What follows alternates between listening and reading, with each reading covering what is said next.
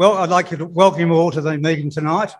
Now, I'm deviating a little bit from the agenda here, and I'm going to introduce our special guest tonight, who's Jonathan Green, who's the Manager of Communication, Brand and Engagement at the Royal Flying Doctor Service.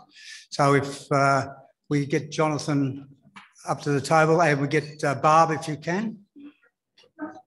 Good evening, everyone. Hope everybody's enjoying this beautiful warm day. It's going to be a crap day tomorrow, so enjoy the sun while you can.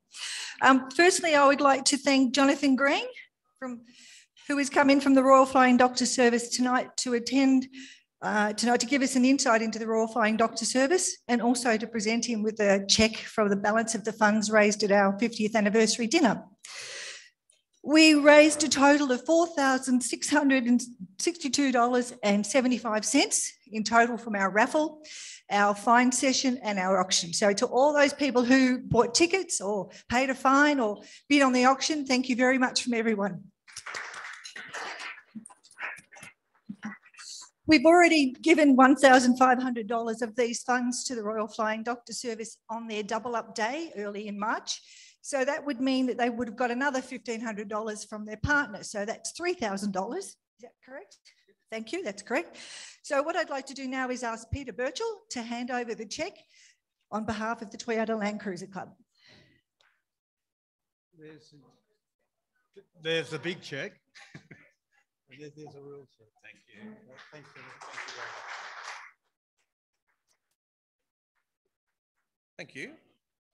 So I thought I might just take a few moments of your time to explain a little bit where your money has gone. Royal Flying Doctor Service, very, very well known organisation, nearly 100 years history. And I guess part of the thing that we struggle with a little bit in Victoria is people understanding what we do here. So I just thought I'd take a few minutes to just kind of say, wonderful national entity that on a national level, roughly 330,000 people used Flying Doctor last year, last financial year that is. And the way that it's broken up is I'm not sure how familiar everyone is with the Flying Doctor, but what you've got on that map there is the different sections. And what we mean by that is that we are a federated model. We're all operating under the one brand name, but we have offices in each state and operations in each state. And that's largely based on the fact that most healthcare delivery by government is more state-based than federal. So there's a lot of state contracts and things that are run that way. It also means that we can tailor operations to kind of meet the needs of the state in which we're in. So up there is the different sections, and all of those highlighted towns are air bases. So just the one air base in Melbourne, which is to say we fly to lots of places within Victoria, but that's where the plane is kept at Essendon Fields, and there are planes kept all around in the other bases in the other sections. So across the whole country, currently 79 aircraft. We like to say that during COVID, we were the most active airline in Australia, because we were. As I said, the 23 air bases, but probably what surprises people a little bit is the growing number of what we call healthcare row vehicles, which I'll get into in a minute. 223,000 patient contacts. And again, a lot of them were transported now by road, more so than plane, just the sheer volume part of it. So in Victoria, as I said, we have a plane. It is the most active plane in the fleet because it is used 5 days a week, Monday to Friday, guaranteed, because it's non-emergency patient transport. In Victoria, legislation is that all emergency is done by Ambulance Victoria.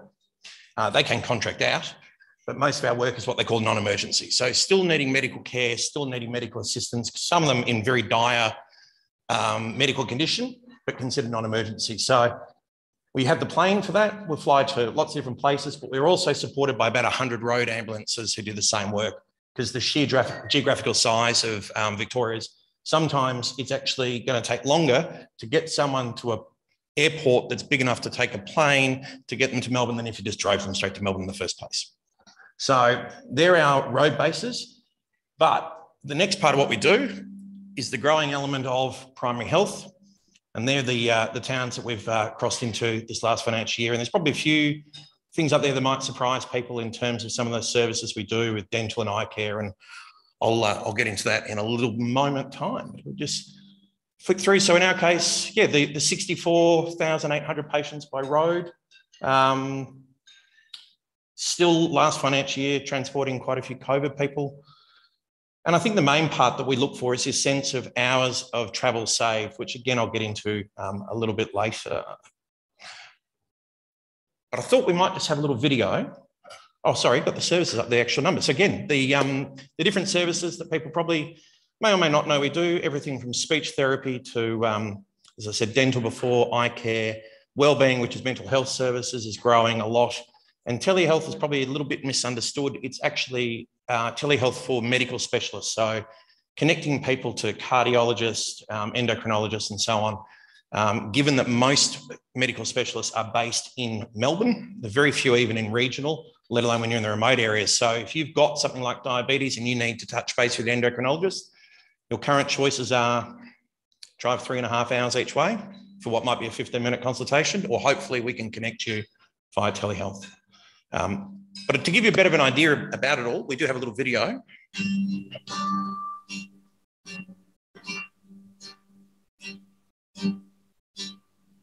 From the valleys of East Gippsland to the wide plains of the Mallee,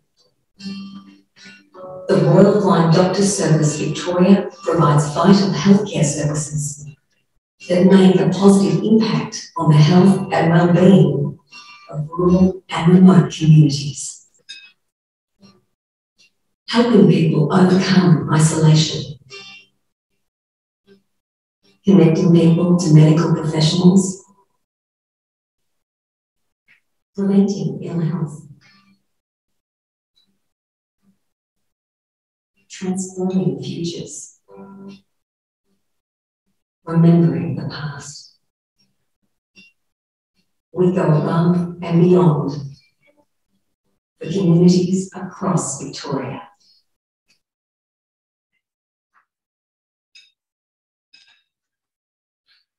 So part of that video is just trying to highlight that I guess we've evolved a lot as an organisation. There is the romance of the red belly plane, the red dirt, the emergency rescues, and that's still very much part of our FDS.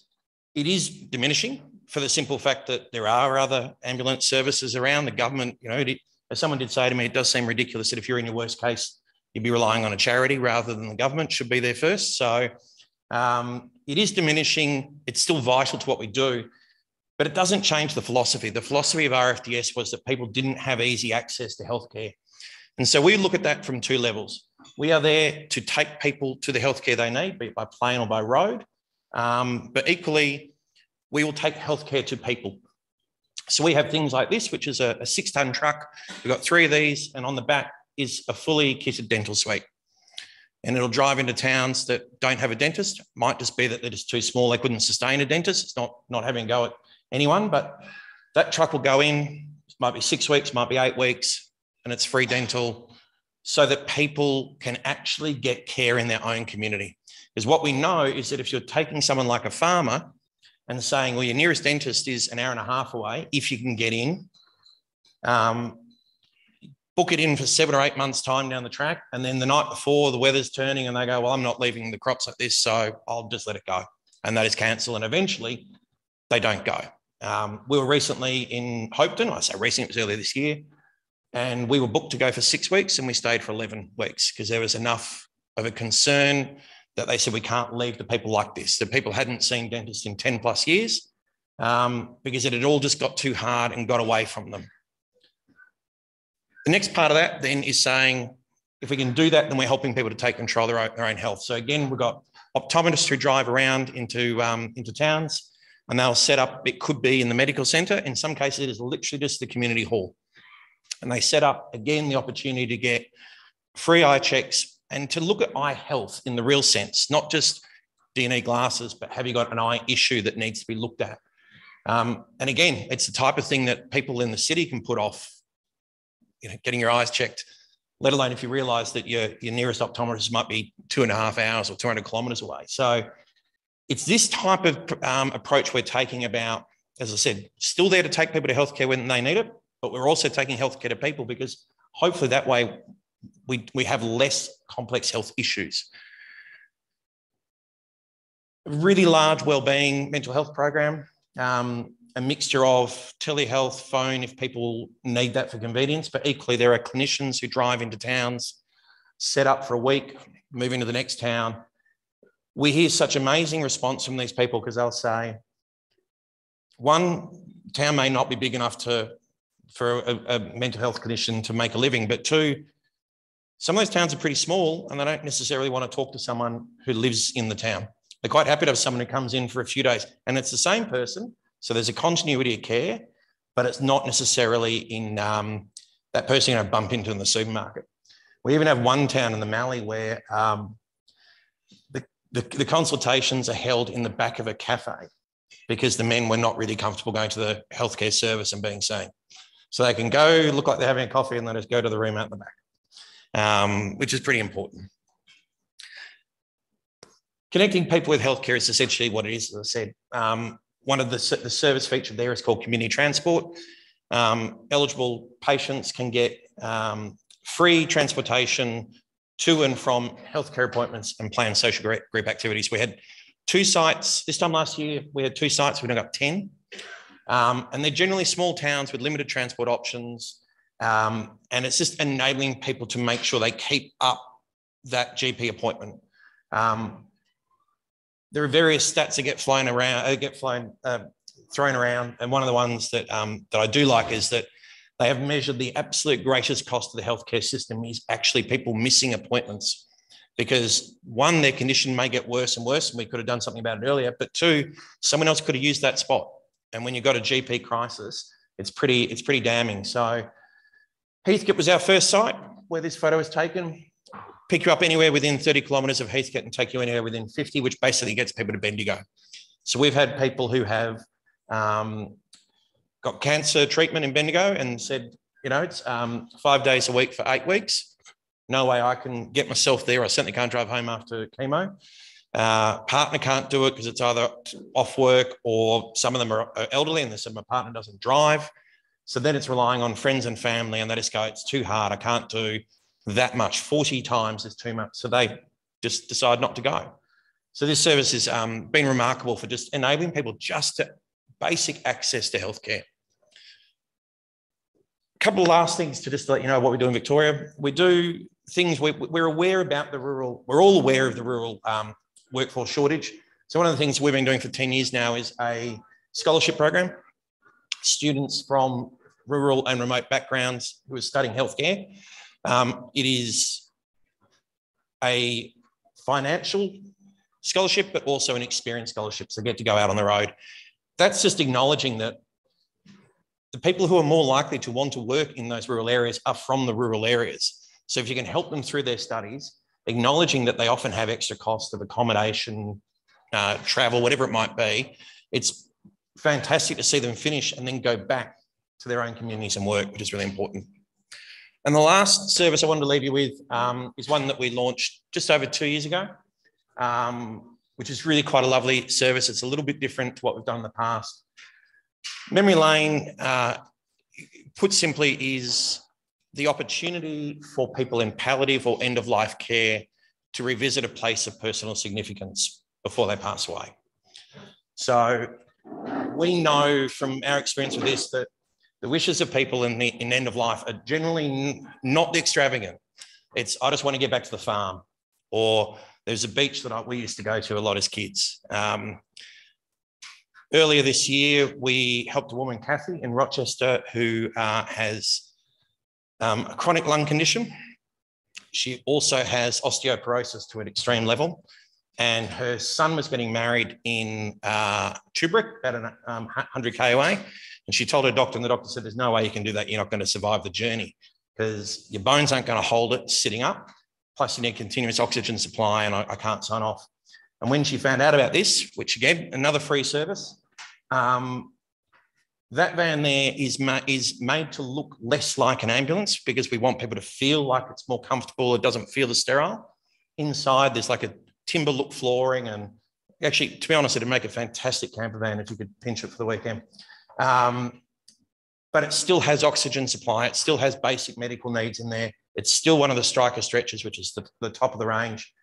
When she told the doctor how she'd be going, he said, that's fine. So she got to lie in the back and her husband was able to sit beside, and they drove the 100K, and she actually got to be at her son's wedding.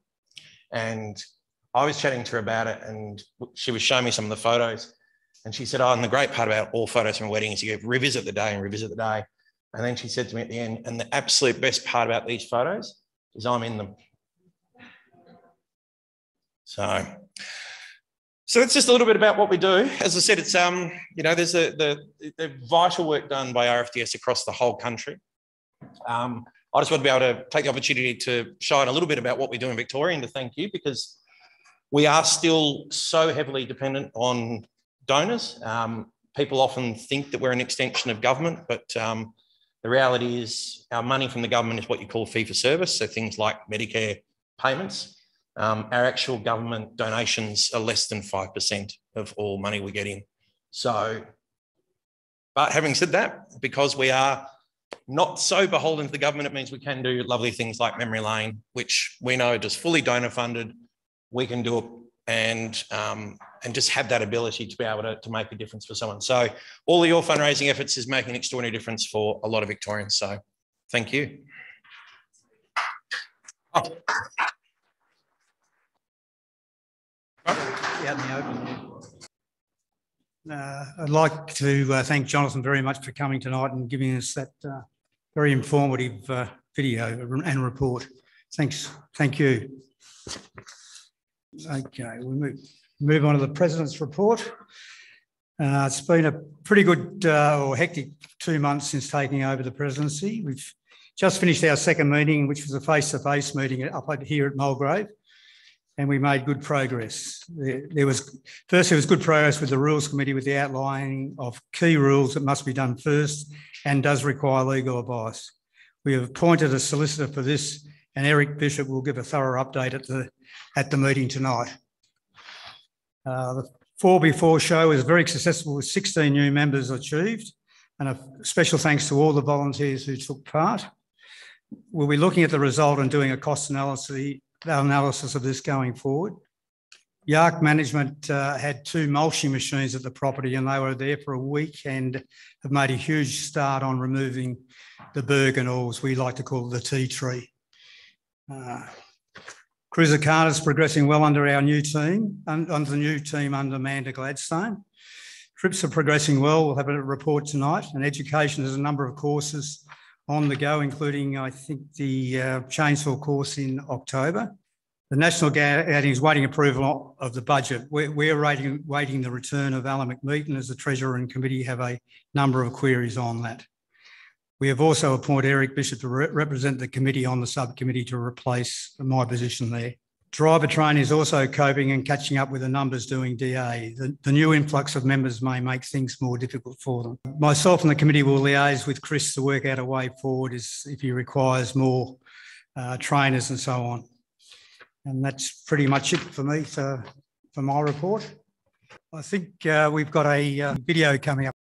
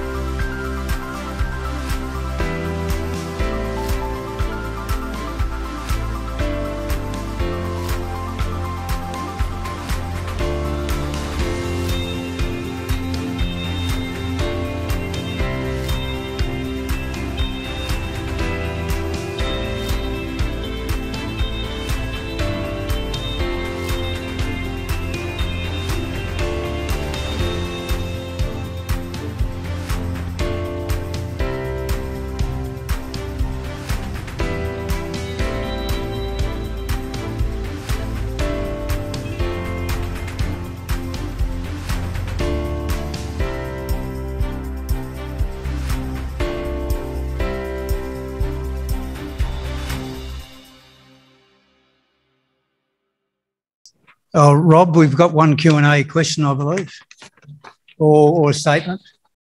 Okay, so from Brad, the RFDS Victorian presentation was fantastic. It's a statement. Thanks.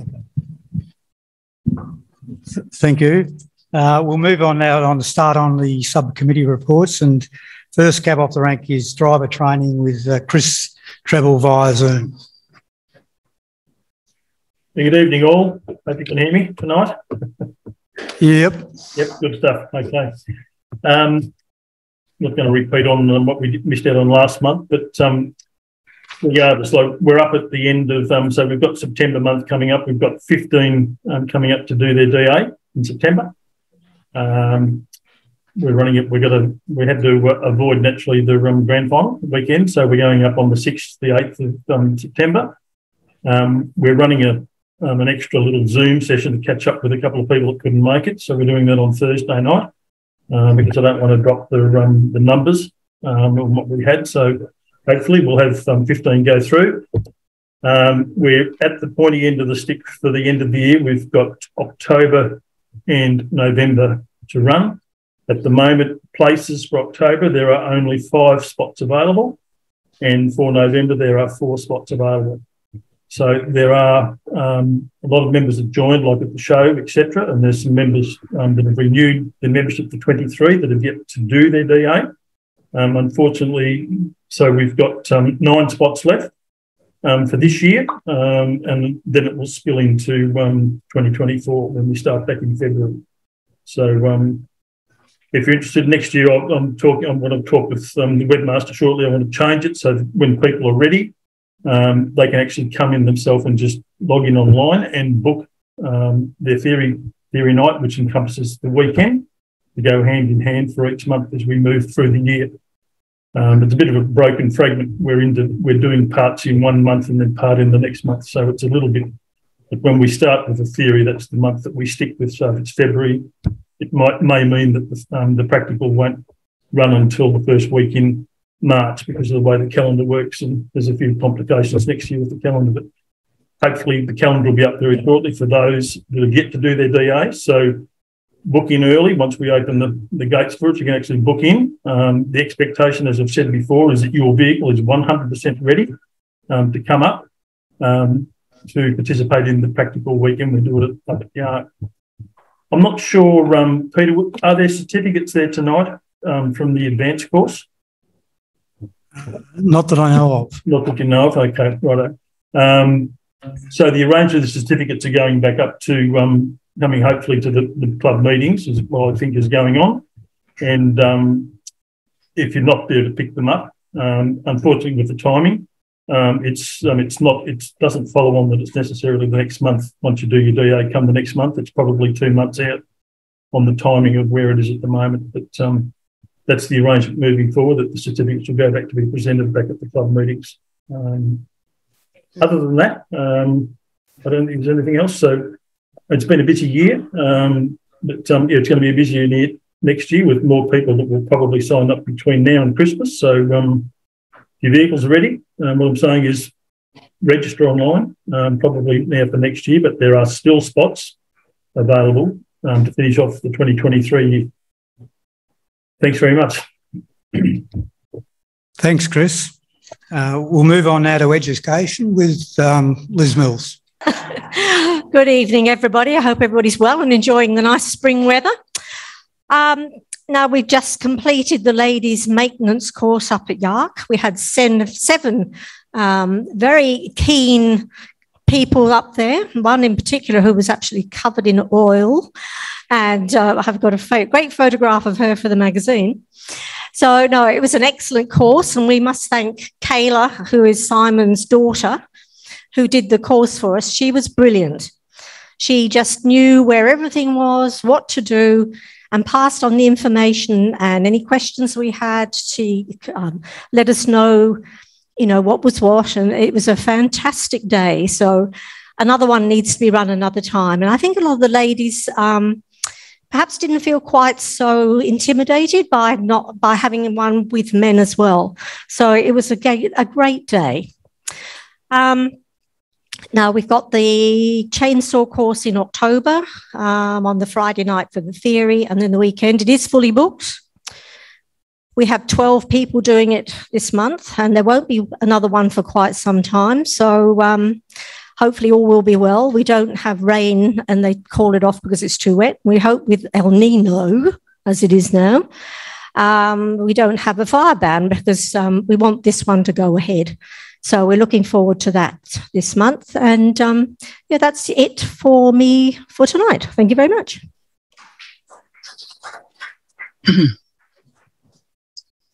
Please. And we'll go on to trip convener report with Viv via Zoom. Hi everyone, can you hear me? I haven't got a video because I'm sitting in the car because I'm up at Yark and the hut is too noisy. All the people in there yapping. So I'm sitting in the car and it's dark and I look like a bit of a ghost. So I thought best not to scare everybody. We've got 8 people signed up for our trip leader course and there is room available if anyone else would like to sign up for it. And also we've got 1 position on the Murray Sunset trip for a new member. Rob and Alison would love to have you join them. So if you're interested, please go on the website and sign in. All other trips are full at the moment. So I'm sure the trip leaders out there will be putting some more trips up as soon as the tracks open up. And that's about it. Thanks very much. Thank you, Viv. And go right back into the hotel now and enjoy yourself. Thanks. I don't think what am I doing? Next, we move on to National Gathering with John Mills. Good evening, one and all. Even a bit low for me. That's better. Not much has happened this month. The bulk of the team are travelling, which is fantastic. They're up there getting brown, little buggers, and that's fine. We're still waiting for a couple of things to happen. We want to confirm we've definitely got the use of the property and a few things like that. Otherwise, most things are in place. John, we've got our next hour Geelong report, but Alison, because she's under the weather, will bypass that one, and we move on to special events with, is it Steve?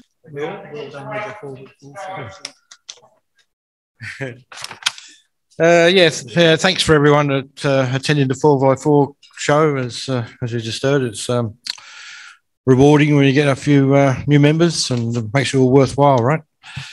So the next thing we may get involved with special events, I was hoping Brian Stewart would do his presentation before mine. Brian's organising involved with the Yark CFA Emergency Expo.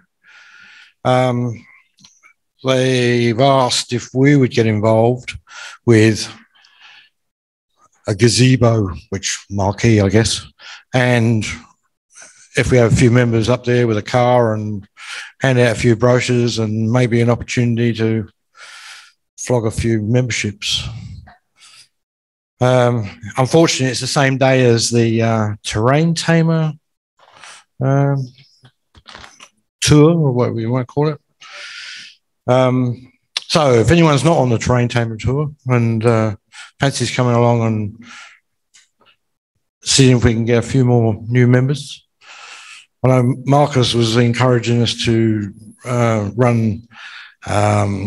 get involved with some of the shows near Yark because we might pick up members because it's near Yark.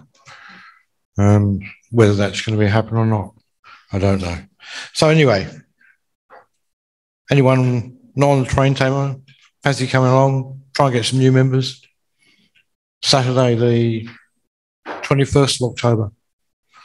And there's events you can register on the webpage. Next up is Yark Management with Brian Stewart. Last month, there's a report in this month's magazine about that weekend. There was a bit of work done continuing on with the construction of the toilet down at the Birch Hut. Our normal bits and pieces were sort of done, a little bit of firewood cut. But the ground is so wet up there that it's difficult to sort of get into some of those areas at the moment. We're working on it.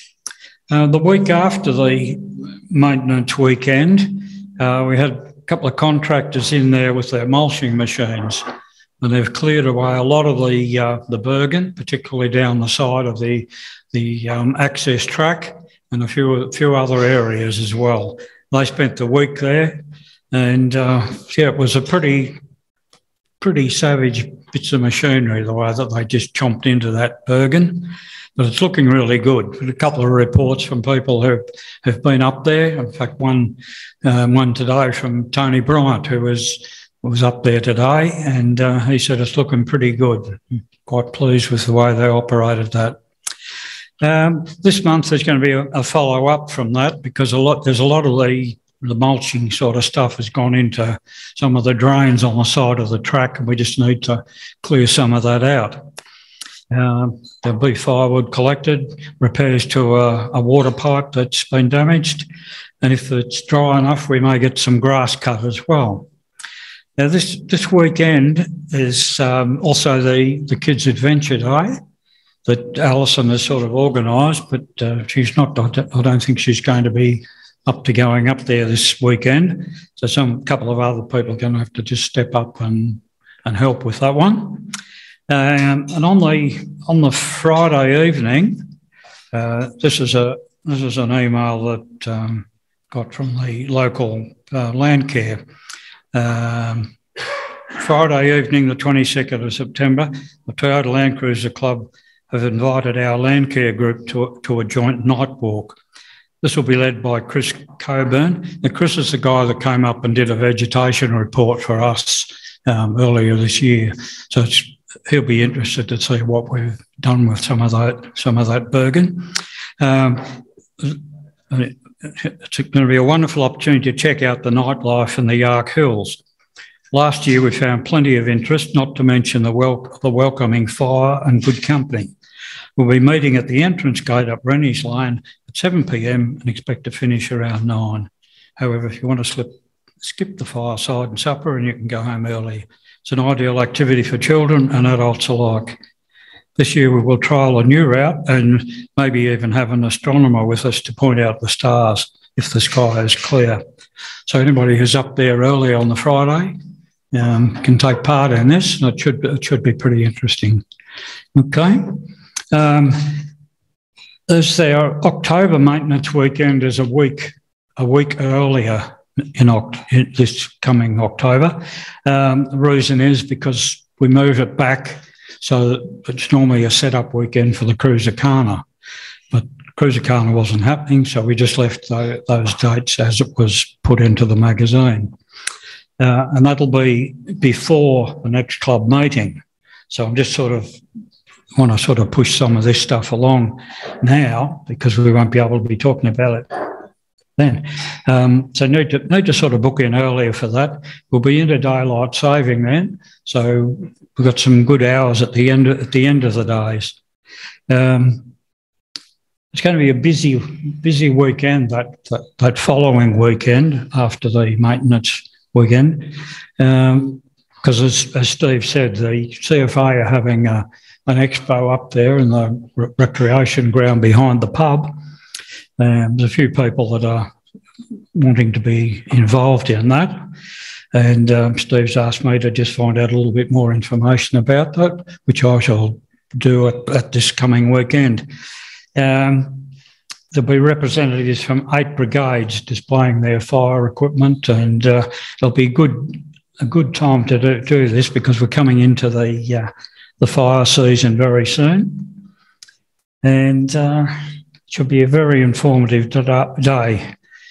There's a chainsaw training course on that same weekend, and as Steve said, there's the terrain tamer thing, and I think Social have got Social have got something happening on that same weekend. So there's somewhere for everyone to go on that weekend. So you don't have to stay in Melbourne. So that'll be good. Yes, just the kids' day is going to be good fun. Kelvin's here somewhere. He's right over the back there. He and Greg Fleet are going to be sort of organising a few things up there. It'll be a fun day. Maybe even have the CFA bring up one of their fire trucks and sort of squirt a bit of stuff around, let the kids climb on the fire engine. So it'll be a good day for the kids as well. You might even be able to help us do a little bit of work up there. Okay, so we'll see you at the weekend. Thank you.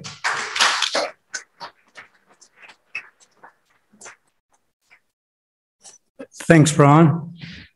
We move on now to social. I think we've got Helen's here tonight. Good evening, everyone.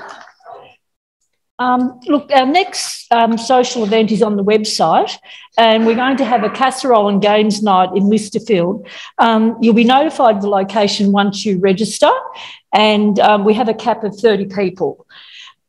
Please book early, and it's $20 payable on the night, and it's BYO your own drinks. And so we do dinner and dessert and games, and it'd be really nice to have a few people come, and just thought we'd do something different, something smaller, a smaller group. So please go on the website, and we'd love to see you there. Thank you. Thanks, Helen. Now we go, we'll have Eric Bishop up. He's going to give a report on four-wheel drive Victoria. Thank you, Peter. Evening, everyone. We've all got happy faces. Four-wheel drive Victoria. Well, Four-wheel drive Victoria and the Land Rover Club of Victoria have now formed a partnership to buy a property. We're looking at something between 1.3 and 1.4 million, and we're going 50-50 in the cost. LROC had $800,000 left to them by a member who passed on, and so they want to invest that in bricks and mortar and have come on board with Four-wheel drive Victoria. So our plan is, we've spoken about this at the president's meetings and so forth and at the AGM last year, but our plan is it will be a home for four-wheel driving. All the clubs, it's the club's money, they own it, they're able to use it. You can have meetings there, you can have conferences there, you can do anything you like there. The two organisations will form a committee of 4 people who will be the management committee of the building. So therefore, Toyota Landcruiser Club will be a tenant who will pay rent and so forth. So this committee, look, the whole thing is along the lines of the Jaguar Austin Healey Club down in Dandenong, how they operate and the rules of heads of agreement they have and so forth. We're adopting something similar. They've been doing it for years and years now, and they've never ever had a problem. So every 2 years or every 3 years, the committee swaps over. People swap over from time to time, but generally speaking, the two clubs will form a 4-person committee that will run the facility, and everybody else will be a tenant. So that means that we can put our money into bricks and mortar rather than having it sitting in a bank earning little interest. Four-wheel drive Victoria received a $100,000 grant 3 weeks ago, which has been very hard pulling that money out of the government this year for obvious reasons. Everybody's, all the not-for-profits are getting money pulled off them. However, we were able to argue our case well. We had a workshop last Wednesday at number 8 Nicholson Street with the DECA and Parks Victoria Four-wheel drive advisory committee, and basically remind them of the efforts that our clubs have put into volunteering to help in the state when there's calamities and all sorts of other clean-up things and stuff that we get involved in. And so the minister actually ordered them to give us the money, by the way. We set up a meeting with the minister, Wayne Heavey and I, and reminded her of our history. She's a new minister. She then checked back with all her past colleagues, and they think that the four-wheel driving movement is a blue chip movement and worthy of its investment. And we got the money, which we thought we were never going to get. Anyway, that's good. The Talangi training facility, we are being beaten up with red tape. And the red tape is we've got the Curries on side, they've all signed off. We've got Deaker on side, we've got Parks Victoria on side, we've got the Murrindindi Shire is 80% on side. They're giving us a lot of questions and stuff, but the biggest issue is we've got to get a document which is called a LUA, L-U-A, which is signed off by a whole bunch of interested parties about this place. Now, one of the issues we have is Indigenous trees and plants and various other things. And my argument to that on Wednesday was, hold on a second, this is an old quarry. You know, the only stuff that's growing there is grown since the quarry has stopped working. Oh, they've gone, you know, oh, we'll look into that. Oh, well, thank you. You know, when? So I didn't get an answer. So anyway, that's the only thing that's holding us up. We're biting at the bit. We've got the budget sorted. It's all approved. We've got the building that we want to put on the site ordered. It's all ready to go. The toilet block, the whole thing's ready to go. We just got to get one more piece of the puzzle sorted through the government, and we're there. But so that's good news. It's just that it's going forward, but at the moment it's going very, very slow, and it's got nothing to do with the councils, got nothing to do with anybody else except for this government department, the environment department, and so forth. We've got to do an environmental impact study and various other, you know. Anyway, it's all nice and lovely. We've all been there before with the projects and stuff we work on. It's just another step in that direction. So if anybody's got any questions about the building we're about to buy, and by and large, we will probably be buying that building before the end of this year.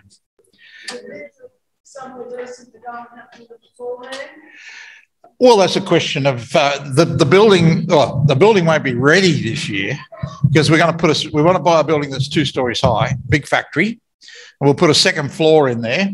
And each floor will have its own meeting rooms, so you could have 2 clubs meeting at every night if you wish. A bit like the Veteran Car Club down here in Nunawading. I'm a member of that club, and they have got a similar situation. And they have 2 car clubs meet every night of the week. That building is used 7 days a week, and it manages itself. And all the on costs and so forth are all covered by the rental agreements and so forth. So I think they charge something like $100 a night to run a club meeting. And so forth. Then you get to use all the facilities. There's a bar, there are 2 kitchens, there's a big lounge room with Chesterfields and all that sort of stuff, so you can sit around and chew the fat and whatever. So, and I know Pajero Club meet at the Glen Waverley facility, Glen Waverley Golf Bowls Club, and they have their own kitchen at the back, and they cook their own food. And it's just snacks and so forth, but it's a question of whether you want to go there or whether you want to stay here. We're not suggesting anybody change what their current arrangements are. We're just saying this is what's available. This is what will be available. And I'd say by the middle of next year, it will probably be around the time that we start to open up the facility.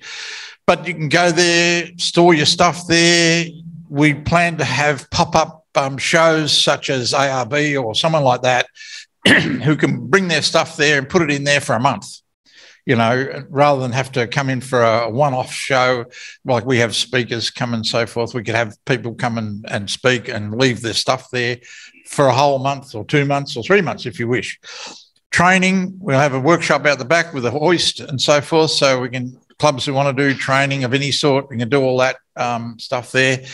Now, at the moment, like anything, we don't know where the facility is going to be, but it'll be close to the freeway somewhere. So it might be Thomastown, it might be Footscray, it might be Dandenong, it might be in the eastern suburbs somewhere. But at the end of the day, it's always going to be too far away from someone. So where do you toss a coin and figure out if we've got 2 buildings that are of a like type, figure out which is going to be the best fit for purpose facility for what we need. And there it is. So it's all coming to fruition now because 4-wheel drive Victoria's now got $1.4 million in the bank. which means that once we get this facility up and running and invest probably $200,000 or $300,000 in the fit out, which we have already in the bank to do, my plan would be to try and get the fees reduced, because we'll get to a point where our plan going forward, the strategic plan we have at the moment, is to become totally self-sufficient without getting money from the government. And that point means that every dollar we get out of the government is a bonus that we put back into four-wheel driving clubs and the like, training, facilities, whatever it is. I mean, we could turn around at the moment and say we want to do all these wonderful things, but then in 6 months' time, a whole bunch of other things come out of left field that can be a benefit to the organisation that you can't think of today because A, you don't have the facility, and B, you don't have the impetus that the clubs can put into it if they're using it and the like. But anyway, that's Barb. Yeah, I just have one question. You were saying that we'd be a tenant. So, sorry, does that mean that all clubs are expected to pay something now, or only on a need basis as they rent it out? Yeah, only on a need basis. There is absolutely no impost, or there's no constraints on the clubs whatsoever for the cost of this facility and how it runs. Yep, thank you. I was also going to say maybe they could reduce our fees too, but you beat me to it. Well, that's my plan anyway. There'll come a point across in time where we get to a point where we don't need to charge the clubs because we've got income. Look, you know, the tenants that we're looking for, it could be the local koala lovers club or the chess players club also. It doesn't have to be four-wheel driving. We're looking for tenants, whether the people who pay money, which is going to be a benefit to us, this is movement, rather than just if the four-wheel drive clubs want to meet there, they'll get first priority, of course. I know at the Veteran Car Club in Nunawading, they've got, I think, 12 clubs use that facility, 8 of which rent the offices in there as well. So there's a small office space. It's about 12 square metres that they store their stuff in and whatever, and on the same floor as where they meet. There's the Veteran Motorcycle Club, there's Dodge, there's Citroen, there's various other car clubs that are there and use the facility. And a lot of them just go there people meet there for an afternoon and have coffee because it's open to the whole fraternity. And Helen. Yes, yeah, there'll be commercial kitchen on the floor, first floor and second floor. Yeah, on both floors. Yeah, so any other questions about this investment? No, you're all happy? Liz? Presumably four-wheel drive Vic will have their rooms there.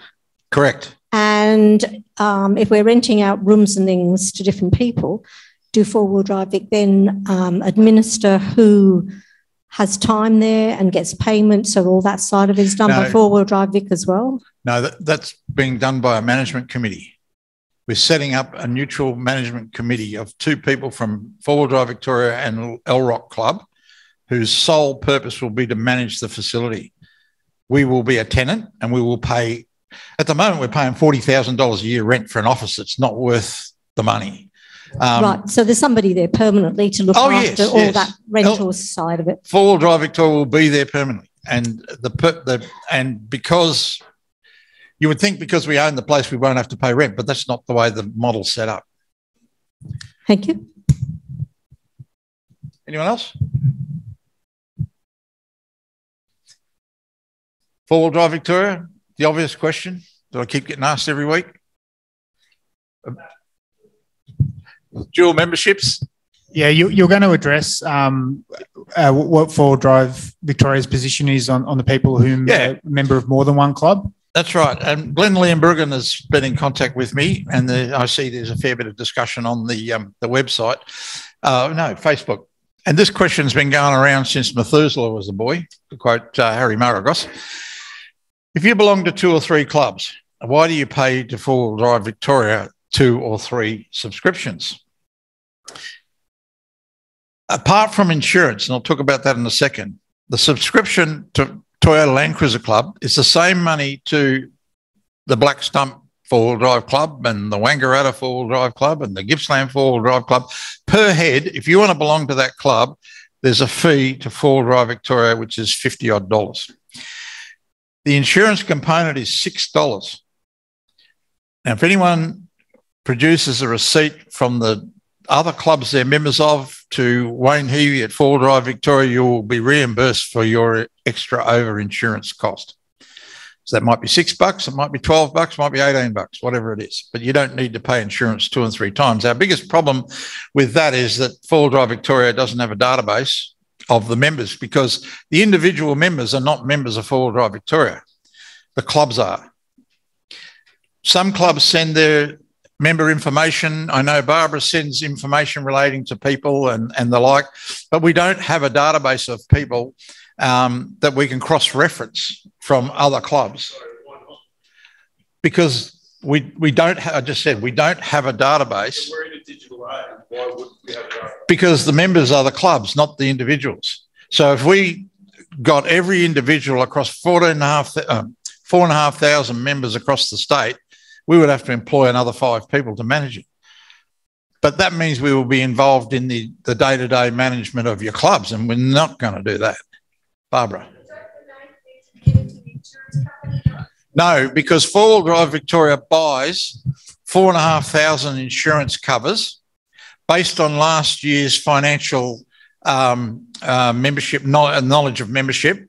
And when you submit the money that you get invoiced to 4 Drive Victoria, part of that is an insurance component that covers your members. Correct. Well, it is now. Well, none of the other clubs do. Some of them, sorry, that's not true. Some of them do. Some of the smaller clubs with 30 or 40 members do. Others don't.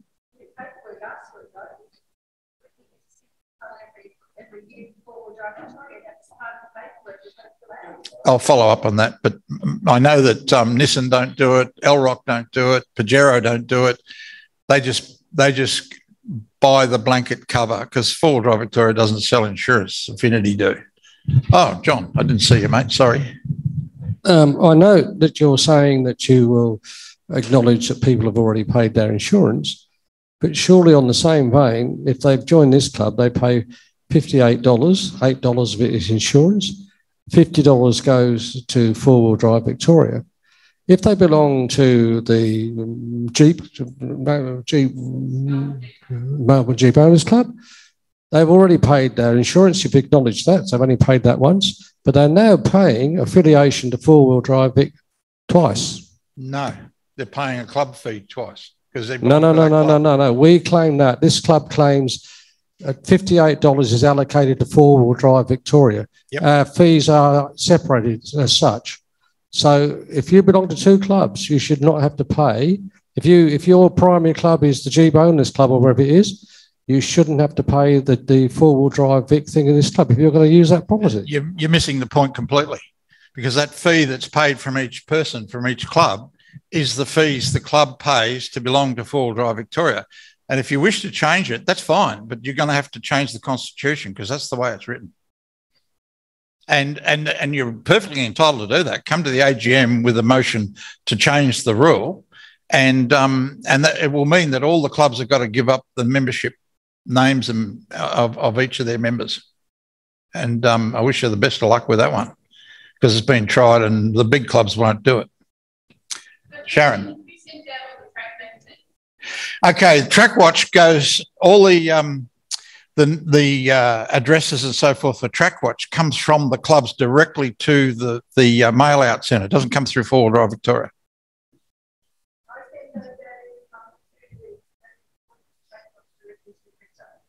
Yep. Because there are a lot of people in this club that don't want 4 Drive Victoria to know who they are, and that's their right. That's how it is. So, all right. Finished on that? Now we've got a 50th anniversary update by Barb. Again, hi everybody again. Just an update on the time capsule and the 50th anniversary time capsule. If you've been on Facebook, you'll see that there are some photos up there of the boys working on it. They've got the canned foundation laid, so if you go in and have a look, you'll see the latest pictures. There is a group of about 6 or 7 up there. The time capsule is not being purchased anymore from a company. It has been made from a stainless steel beer keg, which my husband supplied, but I can tell you he did not drink it. No, he didn't. He actually got it from someone else to be made into a barbecue, but it never eventuated. So it's now a time capsule. The time capsule has been made by Tony Swindon, who is a long-time member of our club.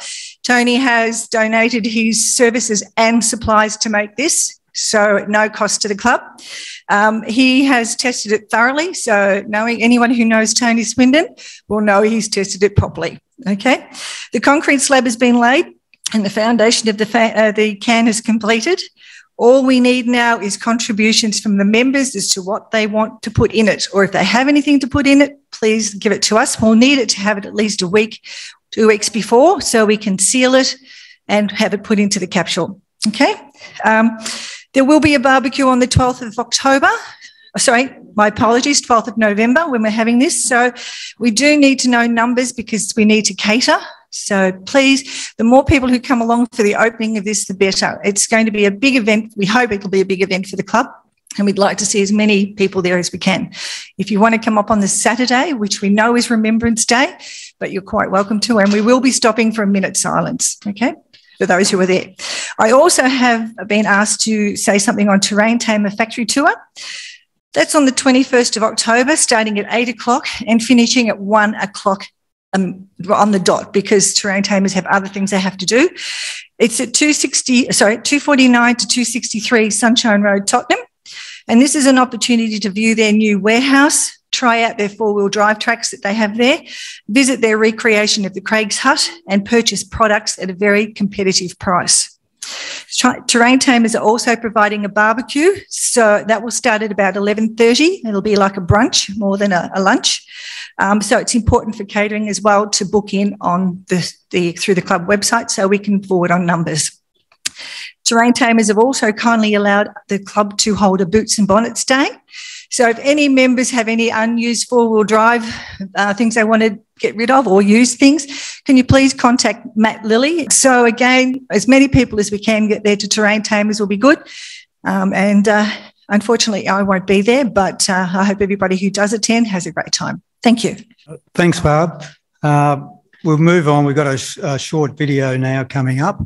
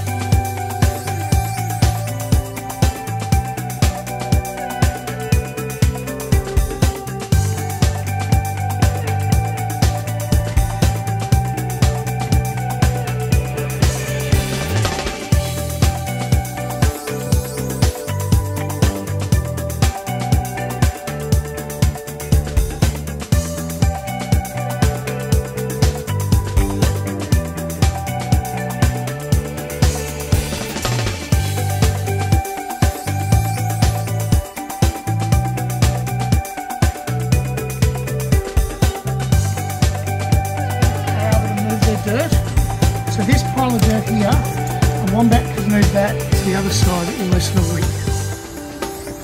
So they move at least 1 metre to 1.5 metres of dirt within a week, because when they're doing their burrows, that's about the amount of dirt they need to move. Okay. Building burrows. Okay. So these ones would be 18 months to 2 years old. Okay.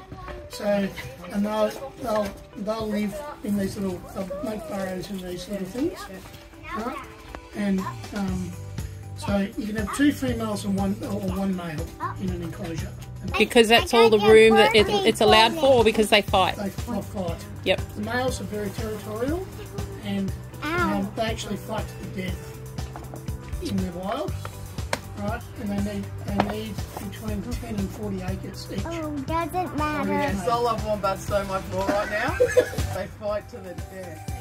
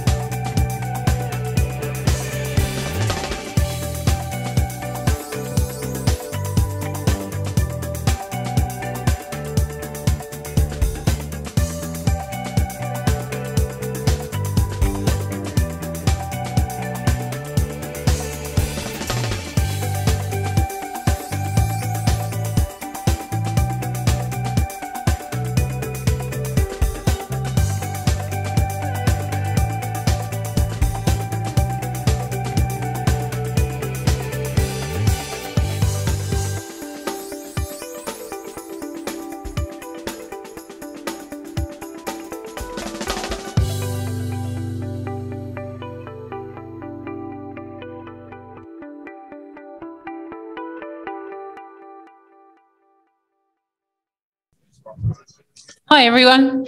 As you all know, my husband's the president of the Victorian High Country Huts Association, and he can't be here to talk tonight. So I'm just letting everyone know on the 28th of October, 10 a.m. to 4 p.m. at the Mansfield Showgrounds, the Victorian High Country Huts Association is celebrating their 20 years of the association and looking after all the historic huts in the High Country. They're going to have displays showcasing the huts' works.